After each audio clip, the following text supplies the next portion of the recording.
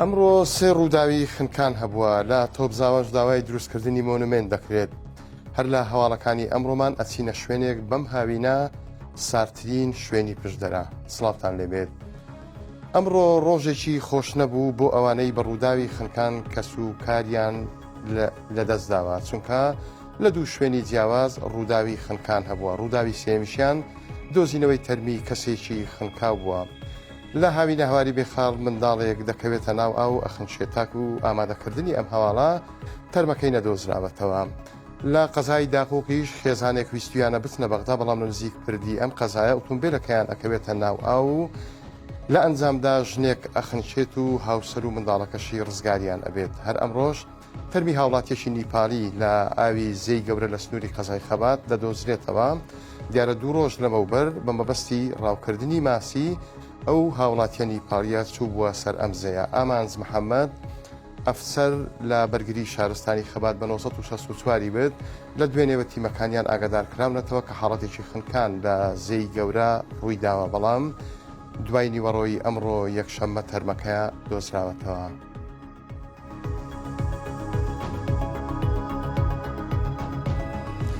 ئەمڕۆ ژمارەیەک لە کەسوکاری ئەنفاکراوان و نووسەر و چالاکوانان لە گوندی تۆبزاوی سەربەناحیەی یایچی لە پارێزگای کەرکووک گرتبوونەوە. داوایان کرد کۆنەبینا سەربازیەکەی تۆبزاوە بپارێزرێت و بیکەنە مۆنومنتێکی تایبەت بە ئەنفار. بینا سەربازیەکەی تۆبزاوە شوێنی زیندانیکردنی ژمارەیەکی زۆری ئەو هاوڵاتیانە بووە کە لە ساڵانی هەشتاکان لە سنووری کەرکووکەوە لەلایەن ڕژێمی پێشووی عێراق دەستگیر کران و دواتر لەو بینا سەربازیەوە گواسترانەوە و ئەنفارکران.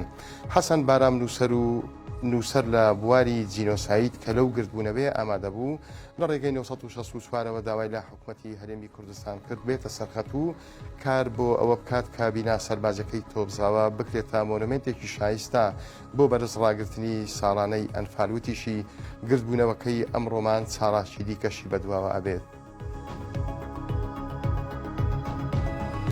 بە پێچەوانەی بەرزبوونەوەی پلەکانی گەرمان لە شار و شارۆچکەکانی هەرێمی کوردستان لە شوێنێکی سنووری پشدەر شوێنێک هەیە ساردە و پلەی گەرمیەکەی 17 پلەی سیلیزیە. تەنانەت گەشتیارێک کە لەو شوێنەیە دەڵێت پێویست بوو بەتانی لەگەڵ خۆیان بێنن.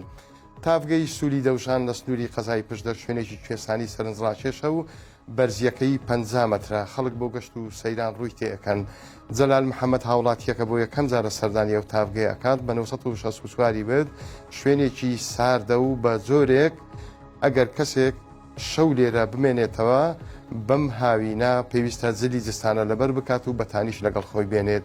بوونی ئەم شوێنە ساردە و چەند شوێنێکی هاوشێوە لە سنووری برادۆست و باڵەکایەتی لە کاتێکدایە کە پلەی گەرمی شارەکانی هەرێمی کوردستان لە نێوان 38 تاوەکو 44 پلەی سیلیزین.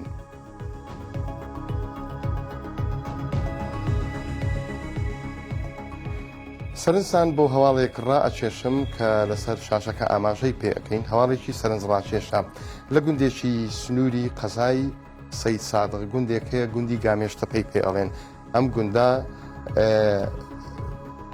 لەم هاوینە دەرفەتیان خۆستۆتەوە بۆ ئەوەی ئەو کەسانەی کە لەو گوندەنە خوێندەوارن بە ژن و پیاوە فێری خوێندەواریان بکەن.